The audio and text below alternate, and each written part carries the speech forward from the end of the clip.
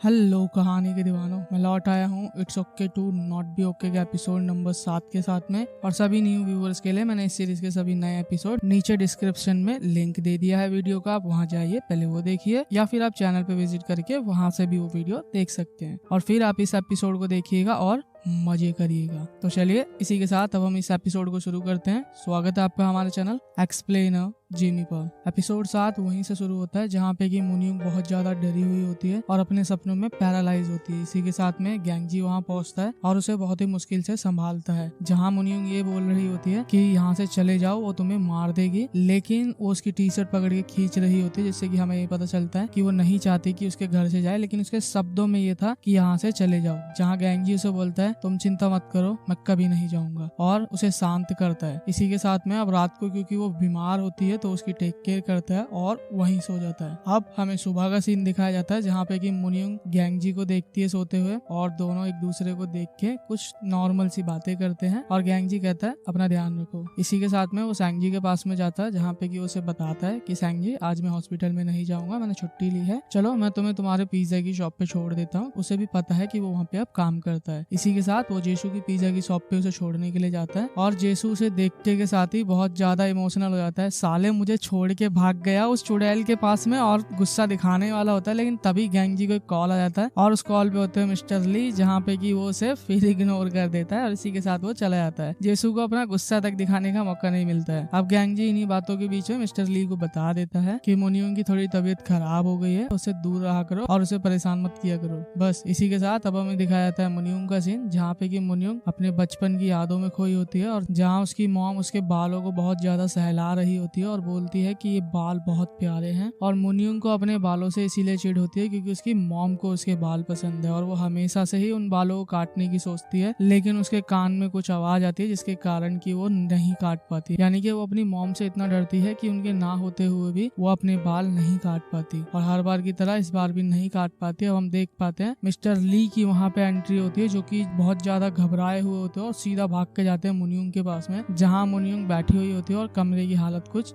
ऐसी होती है। अब मिस्टर ली को मुनियुंग से पता चलता है कि उसे फिर से वही पैरालाइज वाले सपने आने लगे हैं और ये जानने के बाद में मिस्टर ली बहुत ज्यादा टेंशन लेने लगते हैं कि इसे फिर से वही सपने आने लगे हैं। अगर तुम्हें यही सपने फिर से आते रहेंगे तो तुम एक दिन पागल हो जाओगी, चलो या तुम यहाँ नहीं रहोगी, मेरे साथ में चलो, इस घर से निकलो। जहाँ मुनियुंग बोल रही होती है कि नहीं मैं यहाँ से नहीं जाऊंगी, लेकिन मिस्टर ली नहीं मान रहे होते, उसका सामान तक पैक कर लेते और हम देख पाते हैं मुनियुंग उसके ऊपर हमला करने वाली होती है, लेकिन मिस्टर ली उसे रोक लेते हैं और बोलते हैं मैं तुम्हारे साथ 10 सालों से काम कर रहा हूँ तो तुम्हारी सभी टेक्निक जानता हूँ। इसी के साथ में अब मिस्टर ली उसे वहां से लेके जाने लगते हैं और वो इसलिए ऐसा कर रहे होते हैं क्योंकि वो नहीं चाहते कि वो पागल हो जाए या फिर यूं कह लीजिए वो अपनी लाइफ में परेशान रहे। वो इतना केयर करते हैं उसकी, क्योंकि अब मुनियुंग नहीं जा रही होती तो उसका केयर करने का तरीका अलग है, इसलिए वो उसे खींच के लेके जा रहे होते हैं। इसी के साथ में अब मुनियुंग यहाँ से नहीं जाना चाह रही होती है तो अब हम देख पाते हैं वहाँ पे एंट्री होती है गैंगजी की, और जब गैंगजी इन दोनों को देखता है तो कुछ इस तरह से देखता है, जहाँ पे गैंगजी बोलता है तुम ये क्या कर रहे हो। मिस्टर ली गैंगजी को बोलते हैं तुम दूर रहो, तुम नहीं जानते इसके बारे में भी। अब मुनियुंग अपनी टेक्निक फिर से यूज करती है और उसे टेक्निक से गिराने की कोशिश करती है, जहाँ पे कि वो गिर रहा होता है और गैंगजी पास से गुजर रहा होता है और वो गैंगजी को एक नमी भरी आंखों से देख रहा होता है कि भाई क्या कर रहा है, बचाना यार। जहाँ पे कि गैंगजी उसे बचा लेता है और बचाने के बाद में इसकी हालत देख लो कैसी हो गई है। इसी के साथ में गैंगजी बोलता है जब वो नहीं जाना चाहती तो दूर रहो तुम इससे। जहाँ पे कि वो मान नहीं रहा होता है तो बोलता है मुझे और भी तरीके आते हैं मनाने के, और उसे अलग टेक्निक से मनाता है फिर और बाहर तक छोड़ के आता है वहाँ से। अब गैंगजी मुनियुंग को दवाई देता है खाने के लिए, जहाँ मुनियुंग मना कर देती है खाने के लिए कि मैं दवाई पे थोड़ी जिंदा रहना चाहती हूँ, और गैंगजी इस बात को समझने के बाद कहता है चलो तुम्हें बाहर घुमा के लेके आता हूँ। और मुनियुंग ये सुनने के बाद में बहुत खुश होती है जैसे कि उसका जैकपॉट लग गया हो। और अभी देख लीजिए व्हाइट कपड़े में है और अब देखिए यहाँ पे कार में जा रहे हैं, जहाँ वो ब्लैक कपड़े में जा रही है और बहुत खूबसूरत लग रही होती है। इसी के साथ में आज ये पूरा दिन एंजॉय करते हैं, जहाँ पे कि एक रेस्टोरेंट में जाते हैं और हमेशा की तरह से मुनियुंग कुछ ऐसा पूछ लेती है, जहाँ गैंगजी का रिएक्शन कुछ ऐसा था। इसी के साथ में अब ये दिन को एंजॉय करते हैं और नाइट में जब जा रहे होते हैं तभी वो गैंगजी का फोन लेके फेंकने वाली होती है, लेकिन गैंगजी बड़ी मुश्किल से उसे रोकता है और गैंगजी के फोन पे कॉल आता है जो कि जूही का होता है। जूही अपनी शिफ्ट खत्म करके गैंगजी से नॉर्मल बात करना चाह रही होती है ताकि अच्छा महसूस करे, लेकिन उसका कॉल उठाती है मुनियुंग और मुनियुंग उठाने के बाद बोलती है गैंगजी मेरे साथ है। बस इतना सुनना ही था उसे कि वो फिर से गम में चली जाती है और मुनियुंग फिर मजे लेती है। इसी के साथ में अब ये दोनों घर के लिए जा रहे होते हैं, जहाँ पे मुनियुंग गैंगजी को बताती है कि मेरे सपने में मेरी ही माँ आती है और मैं उनसे बहुत ज्यादा डरती हूँ, लेकिन जब भी मैं डर के उठती हूँ तो हमेशा ही बुरा फील करती हूँ, लेकिन जब आज डर के उठी तो तुम मेरे पास थे और आज मुझे डर नहीं लगा, मुझे खुशी हुई तुम्हें देख के। और गैंगजी भी ये जानने के बाद थोड़ा मुस्कुराता है। अब जूही अपना गम भुलाने के लिए पी रही होती है और बहुत ज्यादा टुल हो चुकी होती है और मुनियोंग को काफी कुछ बोल के अपना दुख हल्का कर रही होती है। और वहीं पे हम देख पाते हैं मिस्टर ली भी मौजूद होते हैं जो उसकी कुछ कुछ बातें सुन रहे होते हैं। और मिस्टर ली एक बार पहले भी जूही को देख चुके होते हैं। इसी के साथ वो जाते हैं जूही से बात करने के लिए, जहाँ वो अपना कार्ड देते हैं और बोलते हैं कि मैं एक बहुत ही बड़ी कंपनी में CEO हूँ, ये मेरा कार्ड है। जहाँ जूही ये देखने के बाद सीधा उसके एक चिपका देती है थप्पड़ और बोलती है तुम उस कमीनी को वहां रोक नहीं सकते थे क्या। जहाँ मिस्टर ली को पता चलता है कि ये मुनियोंग की ही बात कर रही है और ये उसी को ही कोस रही है और उसने सामने जाके बोल दिया कि वो मुनियोंग का ही मैनेजर है, CEO है। इसी के साथ में जब मिस्टर ली काफी बार उसकी आवाजें सुन लेता है तो उसे समझ में आता है कि ये वही जूही है जो कि आज तक मुझे कॉल करते हुए आ रही थी मुनियोंग के फादर के लिए, और वो उसे कहीं ना कहीं पहले से ही पसंद करते हुए आ रहा है। तो बस इसी के साथ में पिटने के बाद में और इतना सब कुछ होने के बाद में भी वो उसे घर तक भी छोड़ के आता है इस हालत में। अब मॉर्निंग का सीन दिखाया जाता है जहाँ पे कि गैंगजी होता है हॉस्पिटल में और वो उस पेशेंट के पास में होता है जो कि मुनियोंग को हमेशा से बेटी बोलती हुई आ रही थी और पागल थी। और वो उसके पास जाने के बाद बोलता है आप हमेशा मुझसे कहते रहते थे कि मैं आपकी बेटी से मिलूं, मैं आपकी बेटी से जरूर मिलूंगा। लेकिन वो औरत अब ठीक हो चुकी होती है और वो बोलती है तुम उससे कैसे मिलोगे जब वो है ही नहीं इस दुनिया में। और वो गैंगजी को अपनी बेटी की स्टोरी बताती है जहाँ पे कि वो एक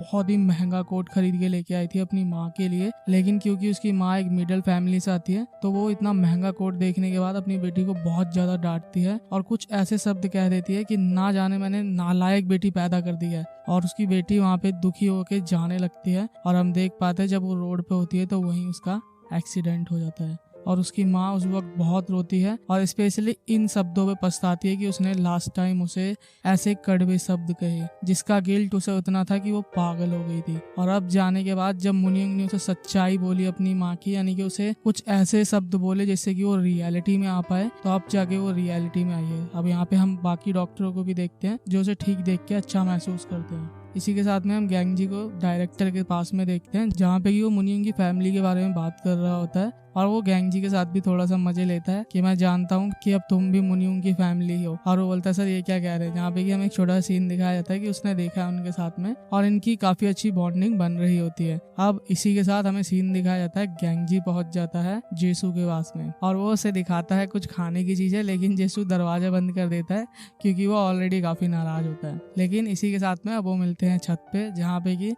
कि गैंगजी अपनी माँ के बारे में बता रहा होता है कि क्या मेरी माँ भी पछता रही होगी, क्योंकि उन्होंने भी कुछ ऐसे शब्द कहे थे जैसे कि मैंने तुम्हें पैदा ही सेंगजी के लिए किया है ताकि तुम सेंगजी की जिंदगी भर रखवाली करो मेरे बाद में। तो अब गैंगजी बोल रहा होता है कि क्या उस पेशेंट की तरह मेरी माँ भी रिग्रेट करती होगी इन शब्दों को बोलने के बाद, वो भी महसूस करती होगी कि उन्होंने मेरे साथ बुरा किया है। तो जेसू बोलता है क्या तू ये चाहता है कि तेरी माँ बुरा महसूस करे। लेकिन गैंगजी बोलता है नहीं, मैं नहीं चाहता। और वो ऐसा इसलिए बोलता है क्योंकि उसने उस पेशेंट की हालत देखी होती है जो अपनी बेटी के बाद में कितना ज्यादा रिग्रेट कर रहा था, यानी कि कितना ज्यादा दुख में था और वो नहीं चाहता उसकी माँ दुखी हो। फिर भी जेसू उसे हंसाने के लिए आसमान में देख के बोलता है आंटी आपने गलत किया है मेरे दोस्त के साथ में, और इस तरह से बोलता है जहाँ पे कि गैंगजी थोड़ा सा मुस्कुराता है और बोलता है अबे बस कर। इसी के साथ में हम देख पाते हैं वहाँ पे आती है जूही की मॉम और जूही की मॉम उसे कुछ भारी भरकम शब्द बोलती है जैसे कि तुम्हारी माँ एक सिंगल मॉम थी जिसने की 2 बच्चों को पाला था अपने बलबूते पर, और उसमें से एक तो सेंगजी था जो कि मेंटली रूप से थोड़ा कमजोर है। तुम समझ सकते हो उन्होंने किस स्थिति में तुम दोनों को पाला होगा। अब गैंगजी की रिस्पेक्ट अपनी मॉम के बारे में और बढ़ जाती है और वो सभी लोग इमोशनल होते हैं वहाँ पे। अब गैंगजी पहुंचता है मुनियोंग की हवेली में जो कि अब उसका भी घर है और मुनियोंग सीढ़ी पे बैठी होती है और वहीं बैठ के सो रही होती है। जहाँ गैंगजी उसके पास जाने के बाद पूछता है तुम सोई नहीं अभी तक, तो मुनियोंग बोलते है तुम आए नहीं थे तो सोती कैसे। बस इसी के साथ में वो थोड़ी बहुत बात कर रहे होते हैं जहाँ पे कि मुनियोंग एज यूजुअल हमेशा की तरह से कुछ नोटी बातें करने लगती है और गैंगजी अपने स्टाइल में उसे मारता है और मुनियोंग बोलते है तुम तुमने मुझे मारा, लेकिन गैंगजी बोलता है तुमने तो मुझे चाकू से मारा था हाथ पे, और वो अपना हाथ दिखाता है और हंसता है वहाँ पे, जहाँ मोनियोंग उसे हंसते हुए देख के खुद भी मुस्कुराती है कि कितना प्यारा लगता है हंसते हुए, वैसे भी हंस लिया कर बे। अब इसी के साथ में गैंगजी उसे सपनों का सौदागर निकाल के दिखाता है, यानी कि एक छोटा सा गुड्डा रहता है जिसका नाम उन्होंने रखा होता है मैंगजी। गैंगजी के अनुसार वो उसका तीसरा भाई है जो कि सैंगजी को दिया गया था क्योंकि उसे बुरे सपने आते हैं और ये बुरे सपनों को खा जाता है, तो ये इसे अपना भाई ही मानते हैं। और जब गैंगजी बताता है कि इसे मैंने अपने हाथों से बनाया है, तो मोनियोंग ये सुनने के बाद में खुश होती है, बोलती है हाँ मैं जरूर रखूंगी इसे। बस इसी के साथ में वो खुश होती है इसे लेके, और गैंगजी चला जाता है सैंगजी के कमरे में। और जब गैंगजी सैंगजी के कमरे में पहुंचता है तो क्योंकि उसने पी रखी होती है, तो सैंगजी बोलता है तुमने पी रखी है, दूर रहो दूर रहो। और इसी के साथ में गैंगजी उससे कुछ प्यारी बातें करता है और बोलता है सैंगजी तुम चलोगे वो डिश खाने के लिए जो मॉम हमें बचपन में खिलाया करती थी और तुम्हें वो बहुत पसंद थी। अब सैंगजी बोलता है कि नहीं ऐसा नहीं है, वो मुझे नहीं तुम्हें पसंद थी और तुम हमेशा से ही बहुत खुश हुआ करते थे उस डिश को खाने के बाद और बहुत तारीफें करते थे, इसीलिए मॉम हमेशा उस स्पेशल जगह पे तुम्हारे ले जाया करती थी ताकि तुम खुश हो जाओ उस खाने को खा के, और मुझे वो डिश इसलिए पसंद थी क्योंकि वो तुम्हें पसंद थी। अब इसी के साथ में सैंगजी और भी अपनी मॉम के बारे में कुछ अच्छा बोल रहा होता है, जहाँ पे कि गैंगजी फ्लैशबैक में चला जाता है और हमें एक वो सीन दिखाया जाता है जहाँ पे कि छतरी से बाहर हो जाता है गैंगजी, तो बारिश आ रही होती है और वो अकेला रह जाता है और वो सोचता है कि मेरी मॉम मुझसे प्यार नहीं करती, लेकिन वहाँ पे सीन अलग ही था, जहाँ पे कि थोड़ी दूर जाते ही गैंगजी की मॉम बोलती है गैंगजी बेटे तुम गीले हो जाओगे, चलो आ जाओ छत्ते में। जहाँ पे कि वो देखता है उन्हें और जल्दी से जाता है छाते के अंदर, और वो उसे प्रोटेक्ट करने के लिए बीच में रखते हैं ताकि बारिश ना आए। तो ये सीन जैसा गैंगजी आज तक देखते हुए आ रहा था वैसा था ही नहीं। और भी कुछ ऐसे सीन है जहाँ पे कि उसकी मॉम उसे प्यार किया करती थी, लेकिन कभी वो उन चीजों को देख नहीं पाया या फिर उसने कभी दूसरे नजरिए से देखने की कोशिश ही नहीं की। अब जब वो ये जान जाता है कि उसकी मॉम उससे बहुत ज्यादा प्यार करती थी हमेशा से ही, तो वो बहुत ज्यादा इमोशनल होता है और रोने लगता है और सैंगजी से बोलता है सैंगजी मुझे मॉम की याद आ रही है, और वो इसी तरह से बहुत ज्यादा इमोशनल होता है। बस इन्हीं इमोशंस के साथ में अब हमें मोनियोंग का सीन दिखाया जाता है, जहाँ पे कि वो गैंगजी के द्वारा दिया गया उस छोटे से गुड्डे को देख के बहुत खुश हो रही होती है और खुशी से सोती है। बस इसी के साथ में अब सुबह का सीन दिखाया जाता है, जहाँ पे कि मोनियोंग पहुंचती है हॉस्पिटल में, क्योंकि उसकी जो क्लासेस हैं वो बंद कर दी गई होती हैं उसी पेशेंट की वजह से जिसे कि मोनियोंग ने कुछ कहा था। बस वो बहुत गुस्से में होती है और डायरेक्टर को ढूंढ रही होती है, और ढूंढते हुए वो उसी पेशेंट के पास पहुंच जाते हैं जिसे कि उसने डांटा था और आज वो ठीक हो गई है। और जब वो दोनों एक दूसरे को देखते हैं तो वो पेशेंट मोनियोंग को देखने के बाद बोलती है बेटी रुको, मुझे माफ कर दो जो भी मैंने तुम्हें कहा था अभी तक, और वो बहुत ही इमोशनल होकर उसे माफी मांग रही होती है। मोनियोंग हमेशा की तरह बहुत ज्यादा अकड़ के बोलती है वो सब तो ठीक है, लेकिन तुमने मुझे इतना परेशान किया है उसका क्या, उसकी भरपाई कैसे करोगी, ये कोट मुझे दे दो।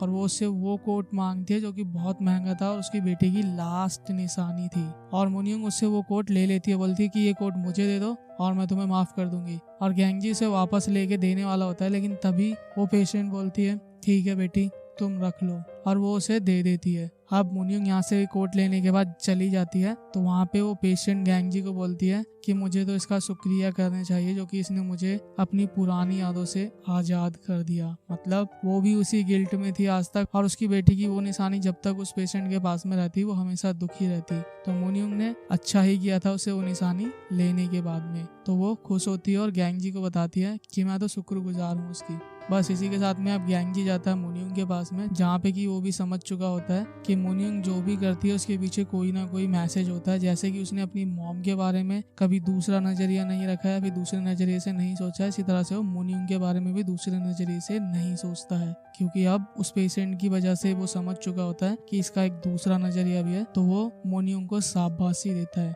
शाबाश तुमने बहुत अच्छा काम किया है। और मोनियोंग भी बहुत इमोशनल होती है इस चीज को देख के। अब मोनियोंग घर पे आती है और अपने उन सुंदर बालों को काट देती है जो कि उसकी माँ को पसंद थे, और वो हमेशा से ही इन्हें काटना चाहती थी क्योंकि उसकी माँ ने जबरदस्ती इतने बड़े बाल रखवाए थे उससे। और फाइनली वो इन बालों से आजाद होती है, यानी कि वो भी अपने आप को आजाद करती है। और वो गैंगजी से पूछती है मैं कैसी लग रही हूँ, जहाँ पे गैंगजी बोलता है बहुत सुंदर। ये एपिसोड सभी के गिल्ट और डर से बाहर निकालने के लिए बनाया गया था, जैसे कि वो पेशेंट अपनी बेटी के गिल्ट से बाहर आई, और मोनियोंग को हमेशा से अपने बाल छोटे करने थे, लेकिन उसे उसकी माँ से डर लगता था, जो कि फाइनली आज जाके उसने छोटे कर लिए और वो भी इस डर से आजाद हुई। और गैंगजी हमेशा से ही अपनी मॉम के बारे में गलत सोचता हुआ आ रहा था, क्योंकि उसने कभी भी अपनी चीजों को दूसरे नजरिए से नहीं देखा। तो अब जब वो इन सब चीजों को जान लेता है तो वो भी महसूस करता है कि उसकी मॉम उसे बहुत प्यार करती थी, और वो भी अपने उस गिल्ट और उस दुख से बाहर आता है जो उसे बचपन से था। बस इसी के साथ ये एपिसोड होता है खत्म।